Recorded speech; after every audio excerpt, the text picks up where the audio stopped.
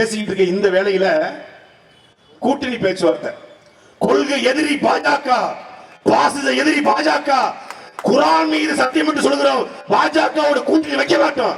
64 62 prone இருக்காங்க. இப்போ எடப்பாடி சொல்றான் 120 சீட்டு குறைஞ்சு நான் நிக்க மாட்டேன், நான் தலைகீழாகத்தான் சம்மர் அடிப்பேன்னு வரிகள் ஒரு படத்துல கவுண்டமணி படத்துல கடப்பார் நீச்சல் முங்கு நீச்சல் போடுறா, தலைகீழாகத்தான் சம்மர் அடிப்பேன், இந்த தமிழ் சென்னையுடைய மானத்தை நல்லா காப்பாற்ற முடியும்னு சொல்லி கட்டான் தரையில குதிப்பாப்புல. யாரு? கவுண்டமணி. அதான் எடப்பாடி பழனிசாமி.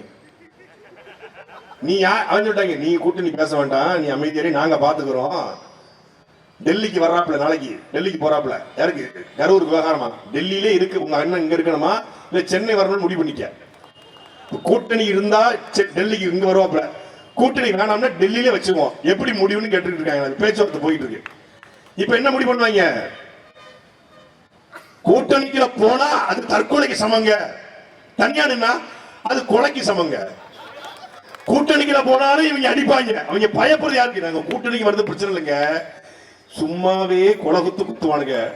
கொள்கை எதிரி பாஜக, பாசி எதிரி பாஜகன்னு போனா இவங்க பறந்து பறந்து அடிப்பாங்க. சீமான் கூட சும்மா இருப்பாருங்க, அந்த சாட்டையும் ஒரு பயம் இருக்காங்க. ஏங்க அவங்க ரொம்ப படுத்துவாங்க, கெட்ட கெட்ட வார்த்தையில பேசுவாங்க, காதுகளும் 7 தலைமுறை பயந்து போயிருக்காங்க. இப்போ அந்த நாளுக்காகத்தான் நான் காத்துக் கொண்டிருக்கிறேன். I am waiting bro. What bro? This is very wrong bro. தெரியும் நீ இந்த இடத்துக்கு நகருவேன்னு எனக்கு நல்லா தெரியும். ஏனால் கொள்கையற்ற ஒருவனால் தமிழ் நிலத்தில் அரசியல் பண்ண முடியாது. இப்போ எதுக்கு விஜய் கொள்கை அறிவிக்கல தெரியுமில்ல? கொள்கைன்னு ஒன்று அறிவிச்சா நாம் தமிழர் கட்சி கொள்கைன்னு ஒன்று இருக்கு. என்ன கொள்கை? தமிழ் தேசியம் என்கிற கொள்கை இருக்கிறது. இந்த கொள்கையை எந்த கட்சியோடும் பொருத்த முடியல. நாம் தமிழர் கட்சி கொள்கையை வைத்துக் கொண்டு அதிமுக இணைய முடியுமா? முடியாது. ஏன்? அது திராவிட கட்சியினுடைய நீட்சி. நாங்கள் உலகத்தின் ஒப்பற்ற தலைவன். உலகத்தில் எத்தனையோ தலைவர்கள் தன் இனத்துக்காக போராடி இருக்காங்க. Fidel Castro, Che Guevara, Yasser Arafat, Ho Chi Minh. ஆனால் எந்த தலைவனும் தன் கட்டிய மனைவியோ பெற்றெடுத்த பிள்ளைகளையோ களத்தில் பலி கொடுக்கல. சுபாஷ் சந்திரபோஸ் போராடினார், ஆனால் தன் குடும்பத்தை களத்தில் இறக்கல. பகத்சிங் போராடினார், தன் குடும்பத்தை களத்தில் இறக்கல. யாசர் அரபாத் போராடினார், தன் குடும்பத்தை களத்தில் இறக்கல. ஹோசிமின் போராடினார், தன் குடும்பத்தை, பிள்ளைகளை, மனைவியை களத்தில் இறக்கல.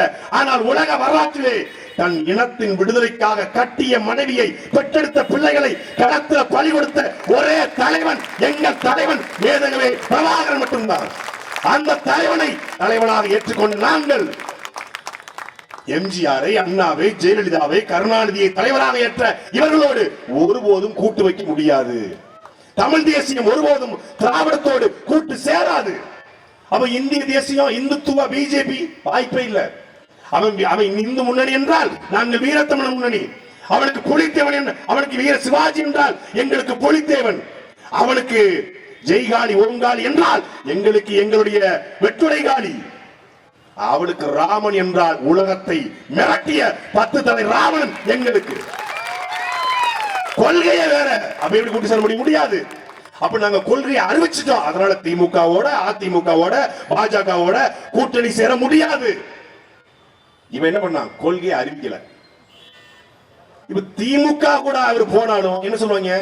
உங்களுக்கும் கொள்கை தலைவர் பெரியார், எங்களுக்கும் கொள்கை தலைவர் பெரியார், உங்களுக்கும் அண்ணா வழிகாட்டி, எங்களுக்கும் அண்ணா வழிகாட்டி, நீங்களும் திராவிடம், நாங்களும் திராவிடம். திமுக ஒரு துண்டு போட்டு வச்சிருக்கேன். அதிமுக உங்களுக்கு எம்ஜிஆர் ரோல் மாடல் தலைவர், எனக்கு எம்ஜிஆர் ரோல் மாடல். உங்களுக்கு அம்மா தலைவர், எனக்கு ஜெயலலிதா அம்மா வழிகாட்டி ரோல் மாடல். உலகத்திலே பாருங்களேன், திமுக தீய சக்தி, கருணாநிதி ரோல் மாடல். அதிமுக ஊழல் சக்தி, Jayalalithaa role model. Kalaignar role model, Jayalalithaa role model, MGR role model, Anna role model, Periyar role model. ஆனா திமுக அதிமுக ஒழிக்கணும். யாரு? நம்ம பக்கா மாசு. டேய் யாரா நீ?